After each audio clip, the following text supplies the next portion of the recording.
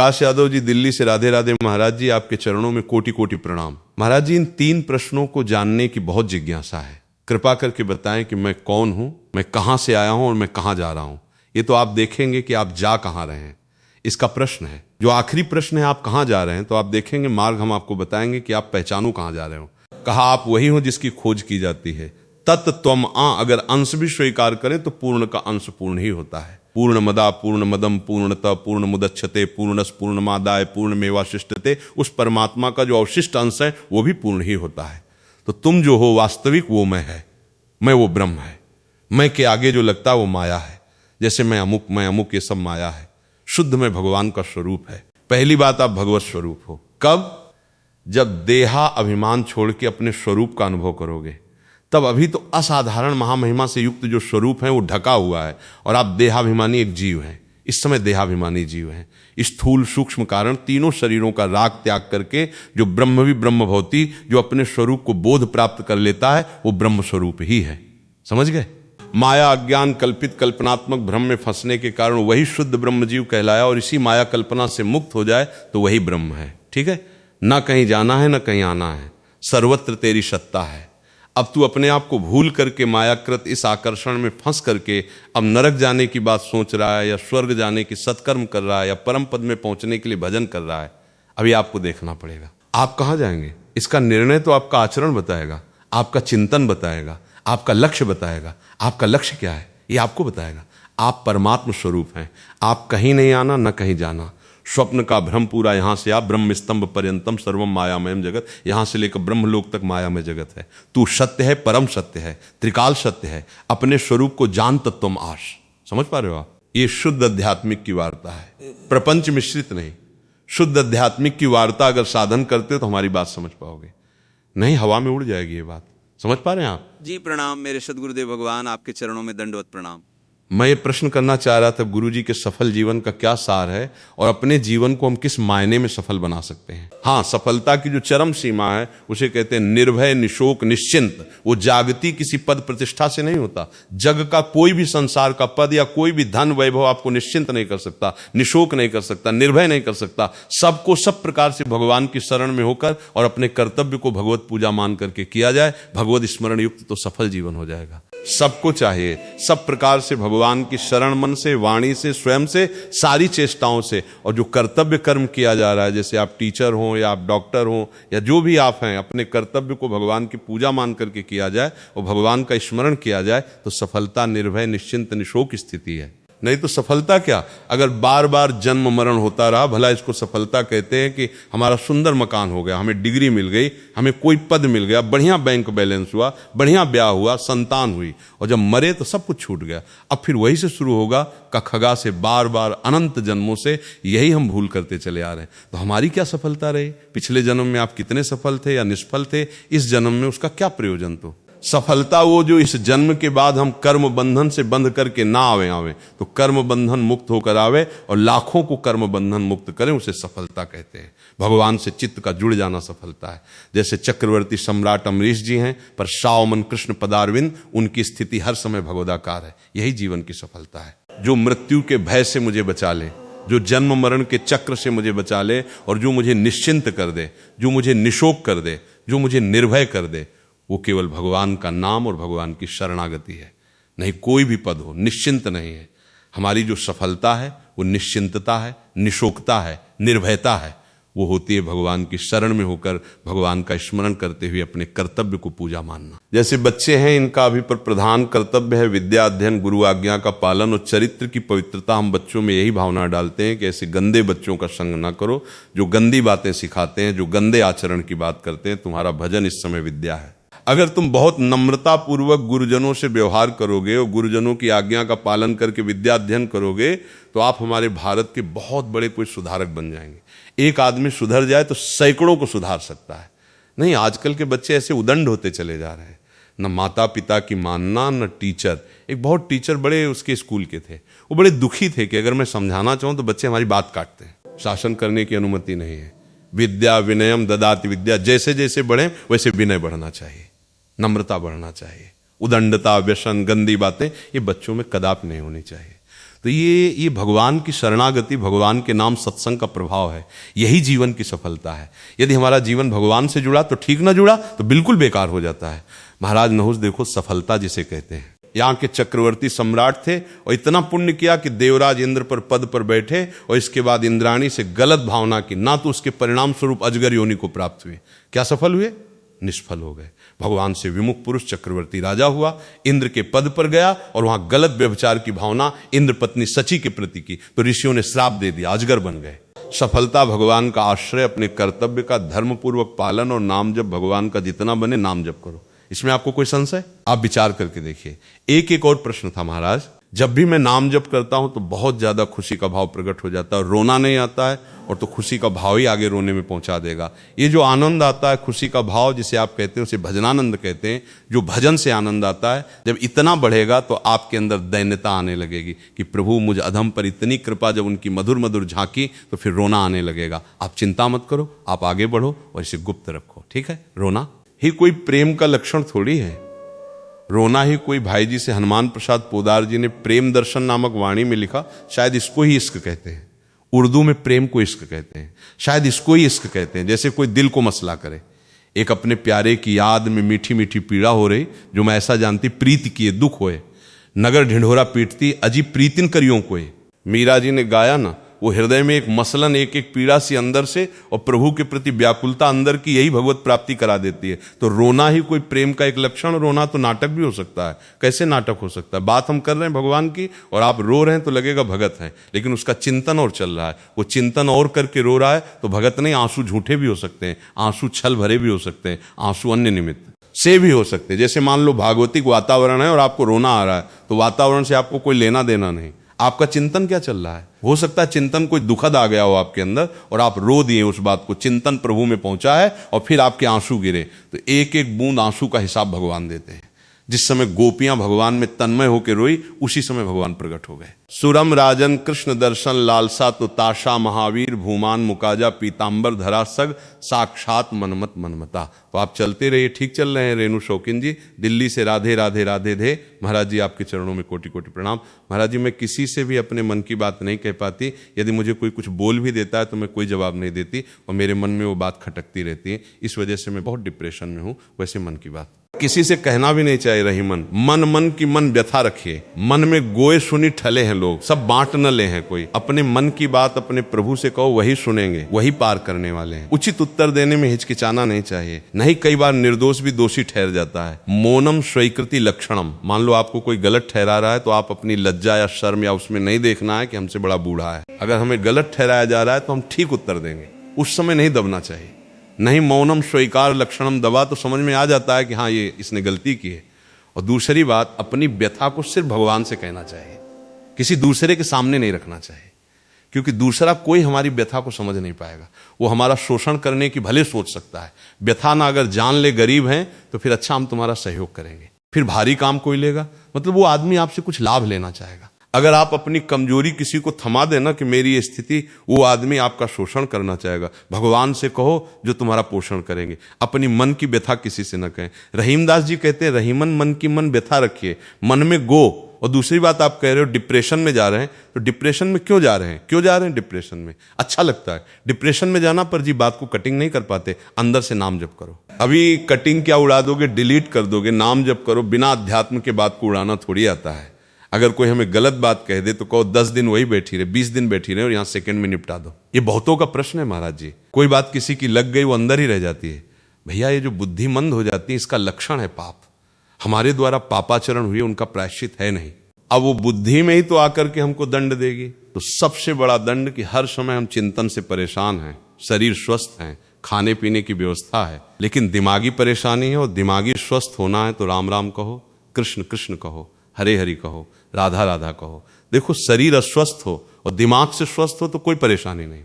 अगर हम अस्वस्थ हो जाए तो शरीर स्वस्थ भी हो तो फिर परेशान हो जाए। डिप्रेशन क्यों होता है? खाली मन शैतान का स्वरूप समझो। आप उसे नाम में नहीं लगा रहे, आप उसे धर्म में नहीं लगा रहे। भगवान के चिंतन में तो ओवर थिंकिंग, संसार की तरफ 6 घंटे जो नींद में तुम्हें सुख मिलता है, वो संसार का चिंतन छोड़ने के कारण है। नहीं, अब तो यार सोने दो। मतलब हम चिंतन शून्य होना चाहते हैं। 6 घंटे नींद में जो सुख मिलता है वो क्या होता है?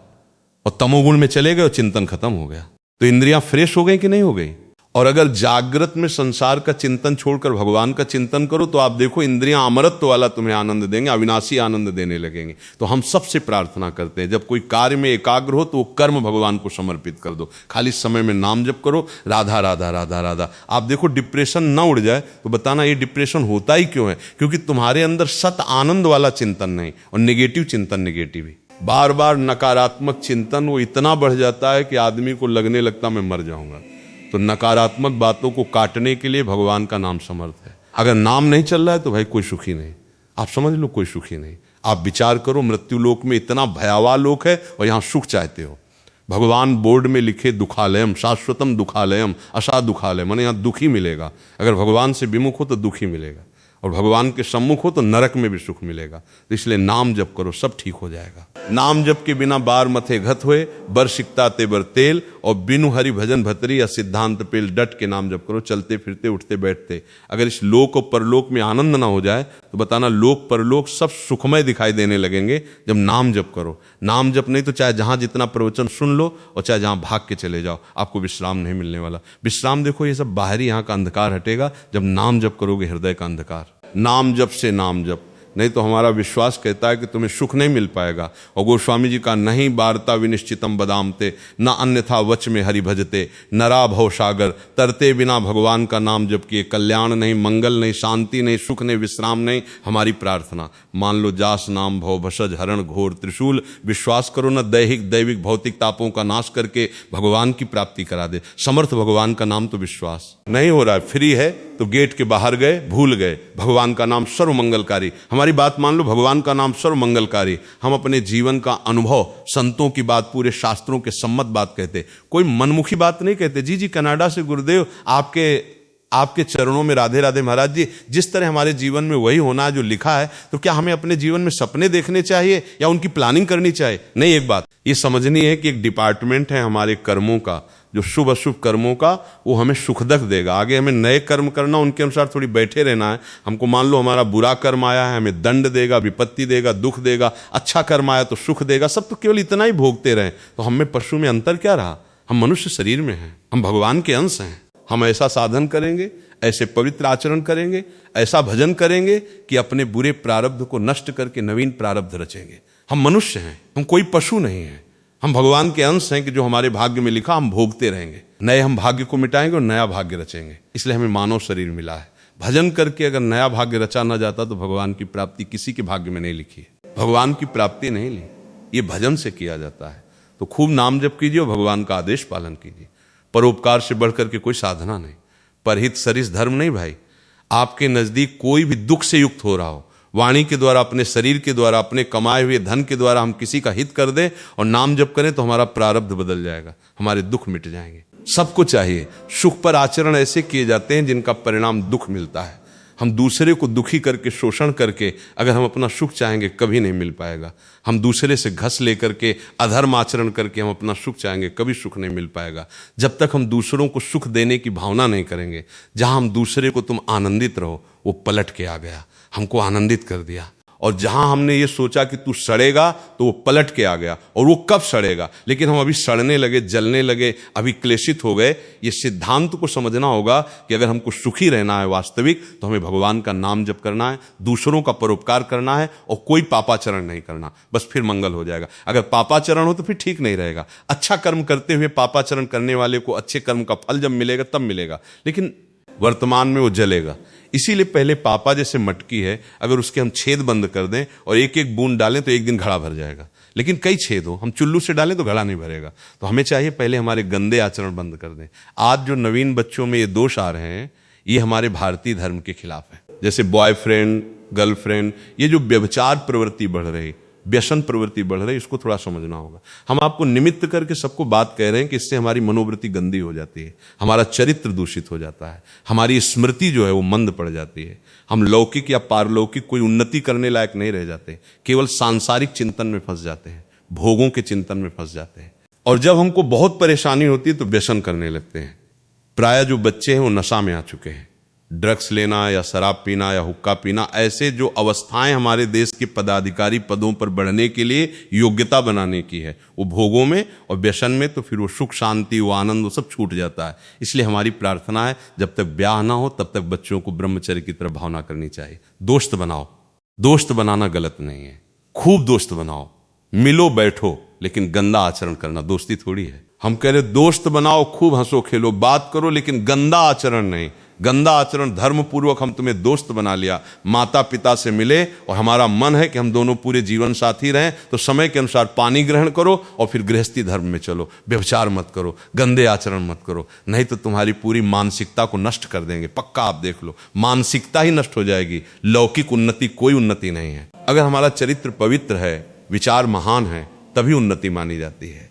आज सफलता मानी जाती है धन की, सफलता मानी जाती है लौकिक उन्नति की। उसके लिए हम कई बार कह चुके हैं कि एक हमें सिद्धांत अंग्रेजी से सुनाया गया था कि धन नष्ट हुआ तो कुछ नष्ट नहीं हुआ, स्वास्थ्य नष्ट हुआ तो कुछ नष्ट हुआ, और अगर चरित्र नष्ट हो गया तो सब कुछ नष्ट हो गया। Wealth is lost, nothing is lost. Is health is lost, something is lost. Is character is lost, everything is lost. अब इसका उल्टा हो रहा है, मतलब धन के लिए हम चरित्र को, हमारा उन्नति हो जाएगी। प्रमोशन चरित्र नहीं भाई, चरित्र हमारे देश में पूजा जाता है, चरित्र की महिमा है, और बिना चरित्र के शुद्ध हुए हृदय में शीतलता नहीं हो सकती, आनंद नहीं हो सकता।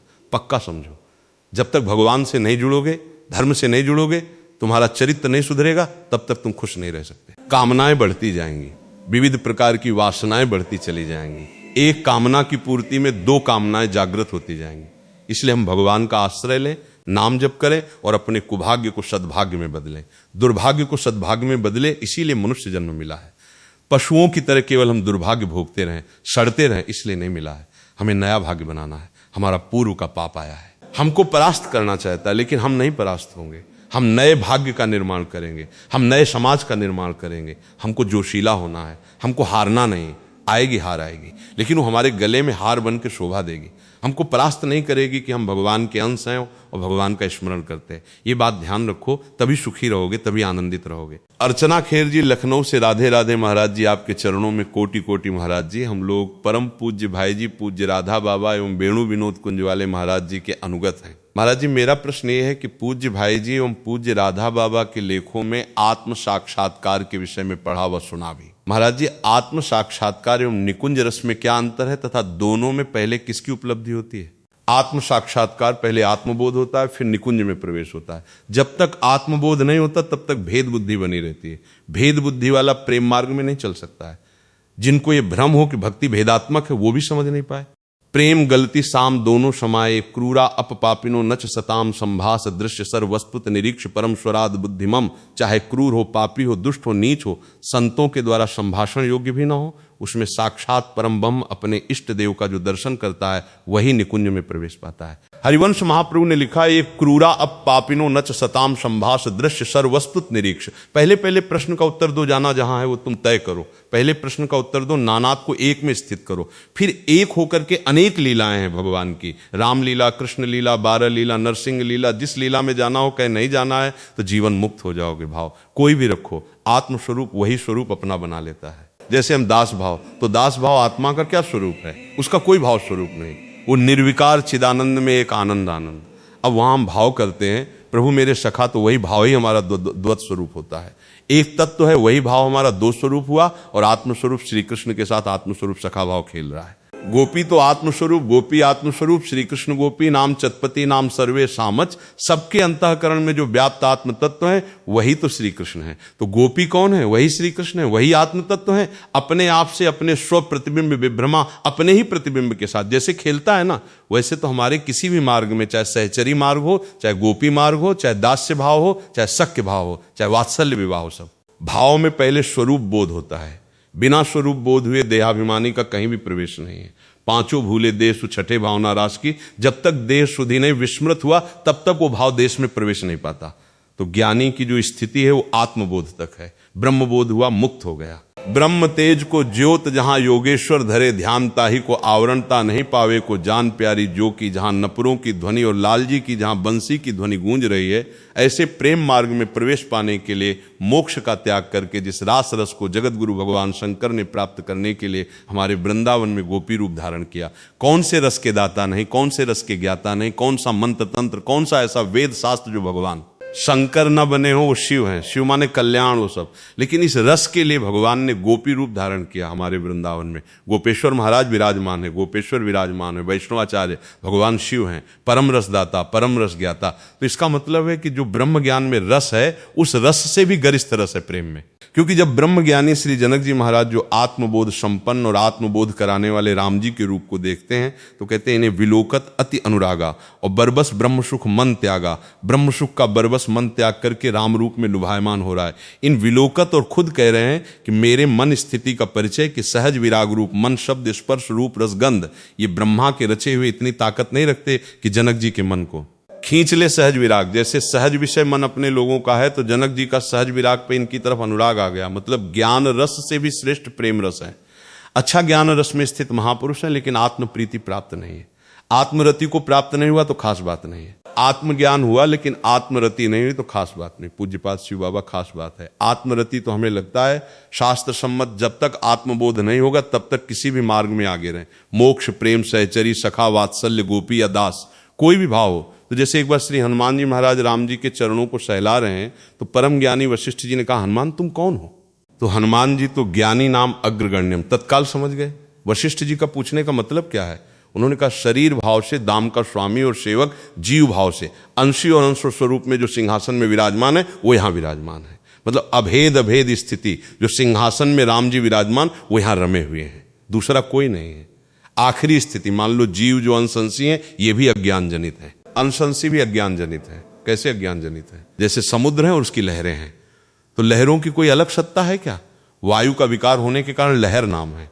वायु विकार हटा तो समुद्र ही लहरा रहा था, और तो नहीं था ना, वो परमात्मा ही था, दूसरा कोई है नहीं, उसके सिवा है नहीं। वासुदेवा सर्वमित सम महात्मा सुदुर्भा। तो आत्मज्ञान के बिना, आत्मबोध के बिना किसी भी मार्ग में आगे जो ऊंचाई है उसमें ऊंचाई नहीं भेदभाव से शुरू होता है, अभेद में स्थित हो जाता है। जैसे श्री कृष्ण प्रेमी की स्थिति होती है, ब्रह्म नहीं, माया नहीं, जीव नहीं, काल, अपनी सुधि न रही, एक रहो नंदलाल। सवाल हल हो गया, एक रहो नंदलाल। जैसे सर्वम खलमिदम ब्रह्म एको ब्रह्म, द्वितीय नास्त सवाल हल किए बिना वो अध्यात्म की ऊंचाई पर नहीं चढ़ा जा सकता। तो मुझे लगता है कि जब तक आत्मबोध नहीं होता तब तक आगे नहीं बढ़ा जा सकता।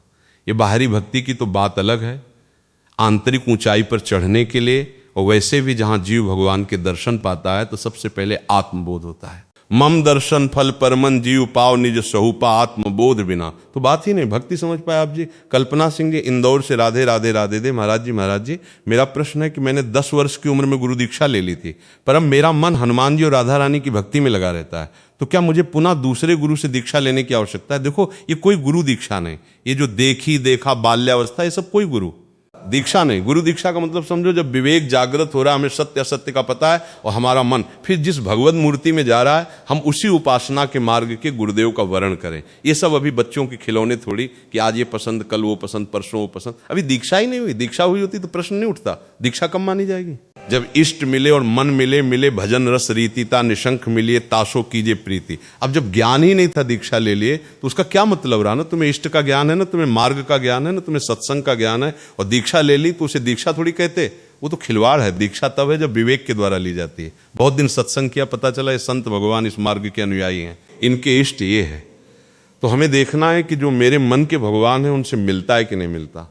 नहीं मिलता तो हम दूसरे संत का, जिस भाव के, जैसे हमें राम जी प्यारे हैं तो राम जी के ही भाव वाले संत से हम दीक्षा लेंगे, तब हमारा बहुत बढ़िया मन लगेगा। अब आप हमारे पास बैठोगे तो सत्संग सुनिए और वही पकड़िए जो राम जी की प्रीति में बढ़ावा दे। अगर हमारे वचनों को आप पकड़ोगे तो राम जी तक पहुंच जाओगे, पर आपका लक्ष्य दृढ़ होना चाहिए। तो ऐसे ही हम सत्संग करें, कहीं भी करें सत्संग, लेकिन जहां गुरु मंत्र ले तो इष्ट मिले और मन मिले, मिले भजन रस रीति, तब गुरु मंत्र लेना चाहिए। अब आजकल कोई समझते तो है नहीं, 100 लोग जुड़े हैं तो 500 लोग और जुड़े चले जाते हैं। बाद में पता चलता है कि हम तो हनुमान जी को पास हैं तो राधा जी को पासक है। ये पहले पता लगाना चाहिए, या ब्याह के पहले पता लगाया जाता है? नहीं लगाया जाता। तो इसलिए बहुत संभल करके जीवन का समर्पण है गुरुदेव के प्रति, मन वचन कर्म से उनके अधीन होकर जब चला जाता है तब परमार्थ मिलता है। अब ऐसा तो नहीं है कि आज इस दुकान का माल पसंद आया तो कल उस दुकान का, तो ऐसे तो हजारों जगह प्रवचन सुनोगे तो हजारों गुरु बना लोगे क्या?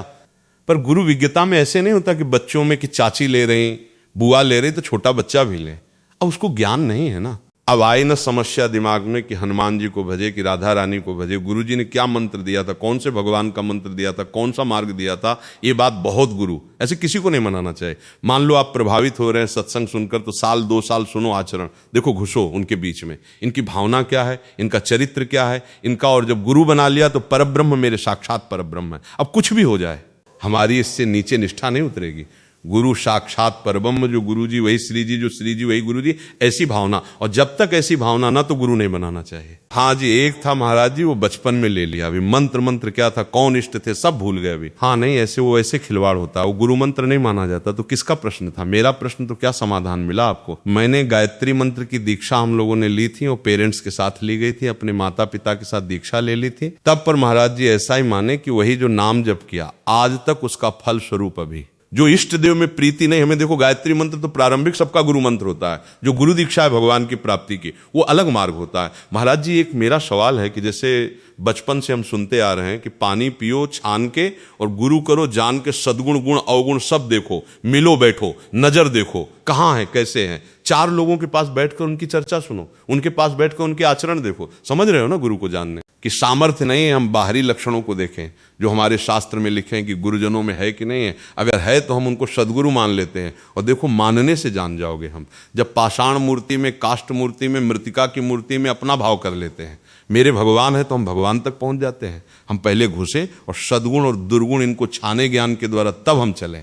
समझ पा रहे हो ना? गुरु को जानने वाला गुरु से बड़ा होता है। विद्यार्थी कभी टीचर को नहीं जान सकता, विद्यार्थी कभी टीचर को नहीं जान सकता, क्योंकि वो डिग्री लिए कहारा पढ़ रहा है। हाँ, टीचर पढ़ाता कैसा है ये विद्यार्थी जान जाता है, उसकी डिग्री क्या है वो नहीं जान पाएगा, लेकिन बोलना चालना देखना पढ़ाने की प्रक्रिया से पता चलता है टीचर अच्छा है या नहीं। उसकी डिग्री पर वो छात्र नहीं पहुंच सकता। ऐसे ही हम संत की चाल चलन, संत का प्रभाव बैठकर स्वयं उनकी वाणी का प्रभाव, ये हम अपनी बुद्धि के अनुसार देखें कि हमारे अंदर क्या प्रभाव पड़ रहा है, क्या प्रभाव पड़ रहा है। अगर पड़ रहा है तो हमें लगता है हमारे भगवान गुरुदेव इसी रूप में मिलने वाले हैं, ऐसा हमें। और फिर भगवान से प्रार्थना करें कि अगर यही गुरुदेव हैं तो थोड़ा संकेत कर दो, तो हृदय में आ जाएगा नहीं यार यही गुरुदेव हैं। और अगर भगवान संकेत नहीं करेंगे तो झूला चलने लगेगा, नहीं यार कर लेते हैं, नहीं यार तब तक संशय फिर ना करो। जब एकदम आ जाए कि गुरु साक्षात परब्रह्म, ये तो मेरे भगवान मिल गए, तब गुरु बनाना चाहिए। ठीक, गुरुदेव माफी चाहेंगे, लेकिन शायद मेरे प्रश्न का मुझे थोड़ा समय अभी भी उसमें आ गई कि मुझे मार्गदर्शन करें कि मेरी गुरु से जो दीक्षा ली, मुझे ना गुरु में कोई खामी नजर आई।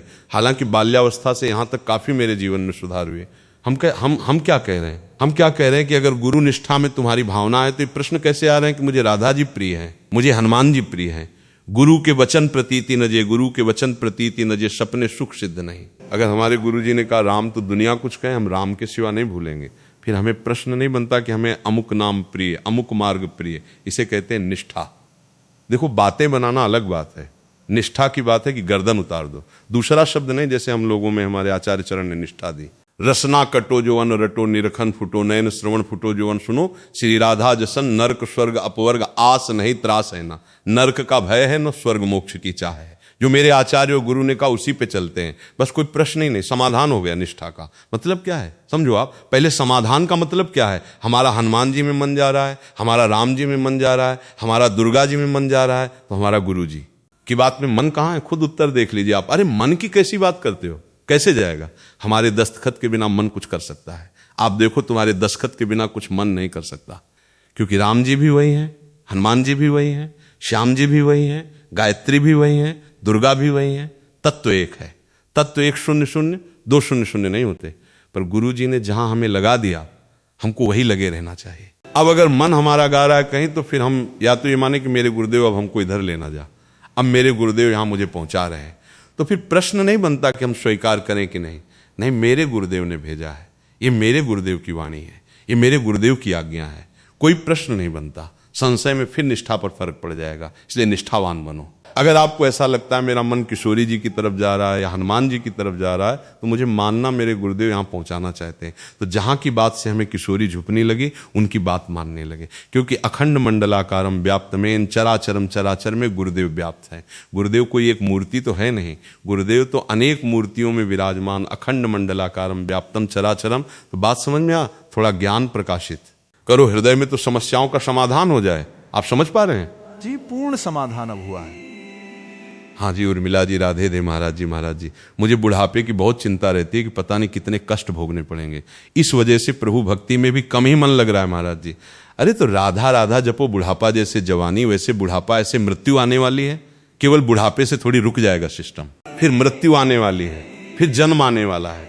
फिर तो इसी क्रम को काटने के लिए तो हमें मानव देह मिला है। अब हम बुढ़ापे की चिंता ना करें, प्रभु का चिंतन करें। जो तुम्हें नाम प्रिय नाम जप करो, तुम थोड़ी बुढ़ापे में हो, शरीर बुढ़ापे में है। शरीर तो चला ही जाएगा, आज नहीं तो कल जाएगा, पक्का चला जाएगा। जवान का नहीं चला जाता क्या?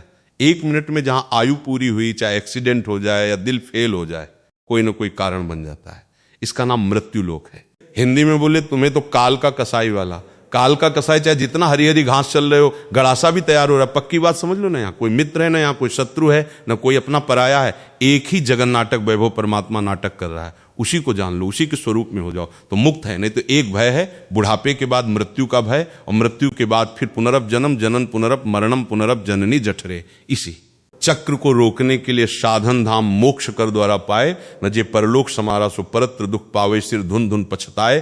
काल कर्म ईश्वर मिथ्या दोष लगाए, कोई भय का विषय नहीं होता। अगर भगवान से चित्त जुड़ जाए, केवल बातें बनाने से थोड़ी, मैं स्थूल नहीं, मैं सूक्ष्म नहीं, मैं कारण नहीं, मैं ब्रह्म, केवल बातें बनाने से थोड़ी उसका अनुभव किया जाता। अब जैसे पूरे संसार में समय काट दिया, अब डर लग रहा है। एक सज्जन आए थे, यहाँ बैठे थे, उन्होंने कहा था हर वस्तु हमारे पास है, हर वस्तु, कोई बड़े अधिकारी थे, पदाधिकारी, सब पर मुझे एक डर लग रहा है कि सब छूटेगा, मैं मरूंगा, इसका क्या उपाय है? तो हम कहा अभी चांस है, राम राम कृष्ण कृष्ण हरे हरि राधा राधा भज लो, प्रभु का सुमिरन कर लो। अपने पुत्र के बहाने नारायण बुलाया तो भगवान के पार्षद आ गए और निर्भय पद प्रदान किया। और तुम जानकर नारायण बोलोगे, हरि बोलोगे, कृष्ण बोलोगे, शिव बोलोगे, तुम्हारा कल्याण नहीं हो जाएगा। हम कहा भगवान से बिना जुड़े परम लाभ नहीं मिल सकता। तो इसलिए हमारी प्रार्थना है कि बुढ़ापे का चिंतन मत करो, ये तो जाएगा, नाशवान शरीर है। भगवान का नाम जप कर लो। ये कलिकाल मलायतन मन कर देख विचार, श्री रघुनाथ नाम बिन नाही ना आधार। भगवान के नाम के बिना मंगल होने वाला नहीं। खूब नाम जप करो। हाँ, उनके अनंत नाम हैं, जो नाम तुम्हें प्रिय हो या गुरुदेव ने दिया हो, खूब नाम जप करो। समझ रहे हो भैया? हाँ, डरो डरो मत कि हमें शरीर को कष्ट भोगने पड़ेंगे। पता नहीं बिना कष्ट भोगे चली जाओ। ऐसा भी तो हो सकता है कि राम नाम जप रहे हो, कृष्ण कृष्ण जप रहे, दिल फैल हुआ चले गए, 1 मिनट नहीं लगता। कभी कभी किसी को देखो ना, ऐसे हुए बस चले गए। तो हमको आगे की बात सोच के डरना नहीं, हमें वर्तमान के सेकंड को नाम में लगाना है। एक भी क्षण हम भगवान का विस्मरण न करें तो निर्भय निश्चिंत निशोक हो जाओगे। पर भजन के बिना तो सब बेकार है। भजन के बिना तो हमें कुछ अच्छा नहीं लगता कि कोई भी निश्चिंत निशोक नहीं हो सकता। चिंता, शोक, भय, उदग्नता, विषाद, ये उसके जीवन में बने रहेंगे जब तक भजन नहीं करेगा। एक आई थी, यहाँ बैठी थी, वो कहती थी सब सुख है हमारे पास, बड़े पर मैं खुश नहीं हूं। हमें बहुत अच्छा लगा, बहुत अच्छा लगा।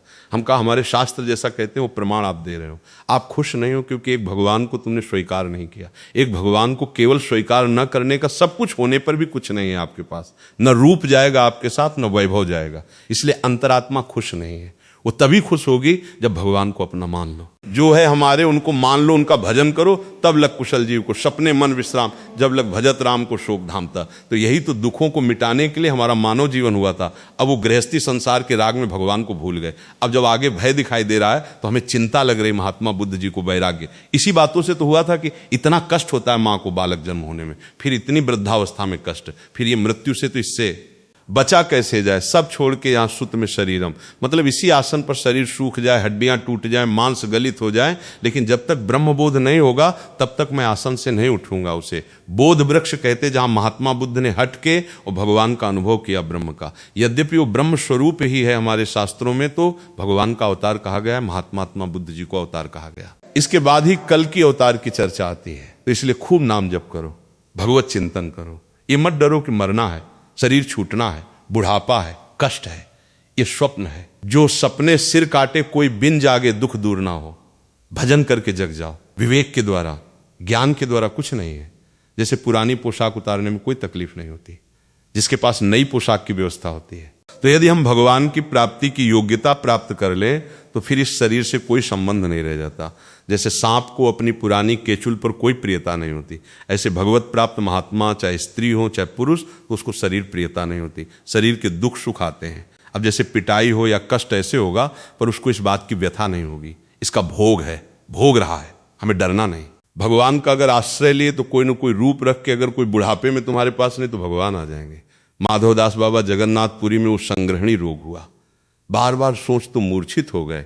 बहुत सी सोच होने पर फिर शरीर की सामर्थ्य नहीं रहती, तो आंख खोल के देखा तो सुगंधमल में तो दुर्गंध आनी चाहिए, और देखा कि एक नौ किशोर पीतांबर बांधे हुए समुद्र से लंगोटी धोकर के ऐसे फैला रहे, तो पीठ दिखाई दी। तो उन्होंने कहा, लाला कौन हो आप? तो जो मुड़े देखा, अरे प्रभु। तो कहा, प्रभु आप, और वो भी मल भरी लंगोटी धो रहे हैं। तो उन्होंने कहा, बाबा तुम्हारा और कोई है क्या? बोले, प्रभु आपके सिवा। तो बोले, जिनका कोई नहीं होता उनकी हम ही स्वयं सेवा भगवान के अनंत पार्षद हैं। लेकिन स्वयं भगवान ने अपने भक्तों की सेवा की। विचार करो, जहां अर्जुन की पादुकाएं हैं वहां भगवान बैठे हैं। रथी की पादुका के पास सारथी का स्थान होता है, और है कौन? ध्येय सदा परिभगम दोहम तीर्थ पदम श्री वीरंचम शरण। तो इसलिए हमें लगता है कि भजन किया जाए तो समस्त शोकों का नाश हो जाएगा, समस्त भयों का नाश हो जाएगा, एक आनंद रहेगा। अब मृत्यु से डर लगता है, इसलिए क्योंकि हमने यहाँ जो जो प्रियता फैला रखी है, मृत्यु सबका हरण कर लेगी, कुछ प्रियता नहीं रहने देगी। और अगर हमने सबकी प्रियता, सबकी ममता ताक बटोरी और मम पद मन बांध बर डोरी पहले ही कर लिया है, तो हमारी अटैची तैयार चलने में कोई परेशानी नहीं। और जाना कहाँ है ये भी हमें पता है, अपने प्रभु के पास जाना है, क्योंकि जीवन प्रभु को अर्पित किए। तो प्रभु, अब यहाँ प्रभु से हम अगर संबंध नहीं बनाया, भाव संबंध नहीं जोड़ा, और यहाँ भाव संबंध जोड़े हुए हैं, अब जाने में परेशानी होगी, मेरा मकान छूट जाएगा, बैंक बैलेंस छूट जाएगा, इतने प्यारे प्यारे परिवार के सदस्य छूट जाए, वो मृत्यु के भय से कांप उठता है। और जिसने अपना प्यार प्रभु को समर्पित किया है, तो भाई यहाँ काम के लिए भेजे गए थे सरकारी आदमी, हम तो सरकारी आदमी, हम तो श्री भगवान के हैं, भेजे गए थे, अपना काम किया, चल दिया, कोई भय नहीं रहता। जैसे ऐसा कोई भय थोड़ी है कि मृत्यु हो जाएगी, किडनी फेल है, अब बड़ा कुछ नहीं। इसका तो जब चर्चा में लाते हैं तो चिंतन होता नहीं, इसका चिंतन भी नहीं होता। पीड़ा हो रही, एक अभ्यास बन गया, पीड़ा का एक अभ्यास बन गया। पीड़ा बहुत कृपा से मिलती है, पीड़ा से डर लगता होगा, और हम बलिहारी मानते हैं जो भगवान ने हमको पीड़ा दी, क्योंकि ये पीड़ा हर समय भगवान की याद में रखती है, भोगों की तरफ आकर्षण नहीं होने देते। हे मरना है, किडनी फेल है, राधा हर समय प्रभु में जैसे एक गार्ड खड़ा हो ना सावधान, तो हमको ये सावधान जाना है। कौन सा मिनट आखिरी हो तो हमें लगता है कि अगर हमारे सामने विपत्तियां दुख हैं तो भगवान की प्राप्ति सहज है, और संपत्तियां और सुख हैं तो थोड़ा कठिन है। तो हमें डरना दुख से नहीं है, हमें डरना सुख से है, कहीं फंस ना जाए। दुख में कोई फंसता है क्या? विपत्ति में कोई फंसता थोड़ी है। विपत्ति में तो भगवान की तरफ विपत्ति प्रिय होती है क्या? प्रिय तो सुख और संपत्ति होती है, और प्रियता ही भगवत प्राप्ति में बाधक है। तो इसलिए कुंती जी ने मांगा था ना, कदम कदम पर विपत्ति हमें प्राप्त हो। तो इसलिए आप डरो मत मैया, भगवान है ना, खूब नाम जप करो, भगवान का आश्रय रखो।